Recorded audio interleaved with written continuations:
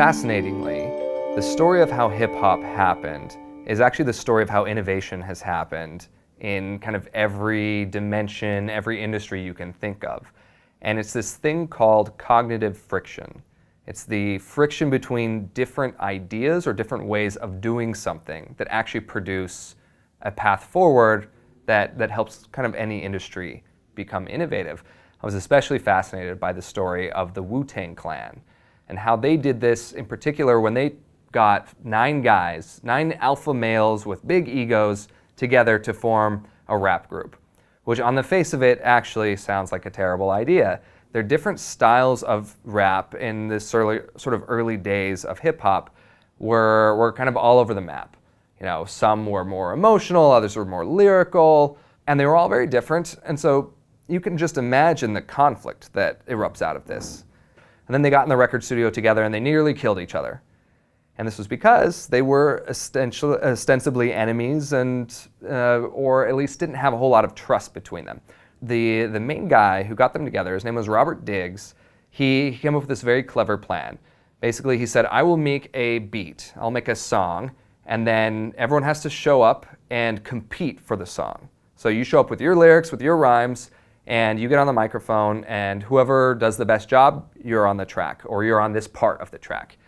And he did this, and he basically channeled this aggressive energy and all of these sort of different ways of operating in hip-hop. And he got them all to, instead of fighting with each other, to fight for the record and to kind of elevate this music. And what came out of this sort of laboratory is like atoms smashing together and creating this great heat and this great energy. And out of this was born the greatest hip-hop group of all time, that many consider it that. And this is actually exactly what happened with hip-hop in general. Hip-hop started with DJs throwing these parties where everyone who showed up to the party, you danced on one side of the dance hall or the other, depending on which music you liked the best. So the DJs would bring different music every week to try and lure the party to their side or the other. And this is some sort of fun party game.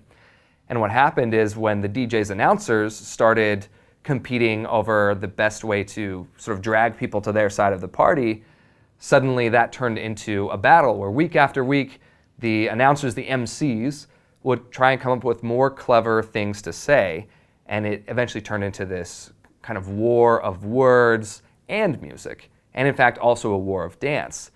And what was awesome about it is everyone was in it for the party, for making this party better, making this event awesome.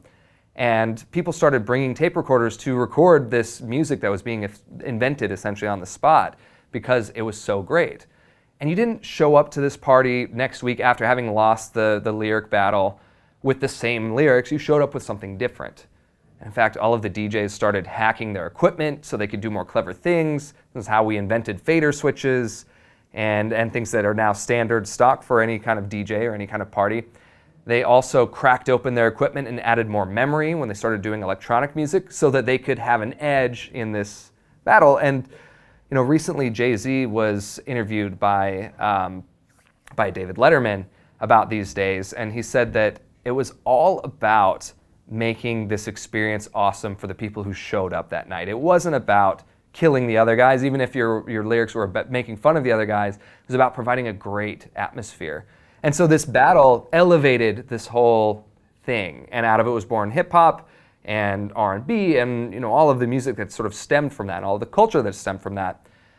And that's the same thing that happened with the Wu-Tang Clan. They cleverly channeled all of these different kind of approaches to the music and made something better. And I think that this is an analogy that you can not only see in the history of innovation in science and art and business and politics, but an analogy for what we should shoot for in our own work, for how we can get better. That the friction, that the different approaches doing battle and smashing together, if we can make sure that they don't go too far or we turn it into something that's about destroying someone else, if we think of it all as part of our collaboration process to elevate our craft, then we can go much further than we think we can on our own.